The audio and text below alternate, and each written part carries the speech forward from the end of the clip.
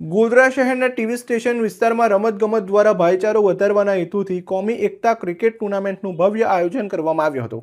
આ સ્પર્ધાની રોમાંચક ફાઇનલ મેચમાં યાદગાર 11 ટીમે શાનદાર પ્રદર્શન કરી વિજેતા ટ્રોફી પોતાના નામે કરી છે। ટીવી સ્ટેશન ગ્રાઉન્ડ ખાતે રમાયેલી આ ટુર્નામેન્ટમાં કુલ 16 જેટલી ટીમોએ ઉત્સાહપૂર્વક ભાગ લીધો હતો।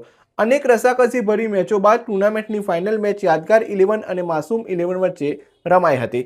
ફાઇનલ મેચમાં યાદગાર 11 ટીમે મેદાનના ચારેય ખૂણે રન ફટકારી મજબૂત સ્કોર ઊભો કર્યો હતો, જેના જવાબમાં માસૂમ 11ની ટીમ લડત આપવામાં ટૂંકી પડી હતી।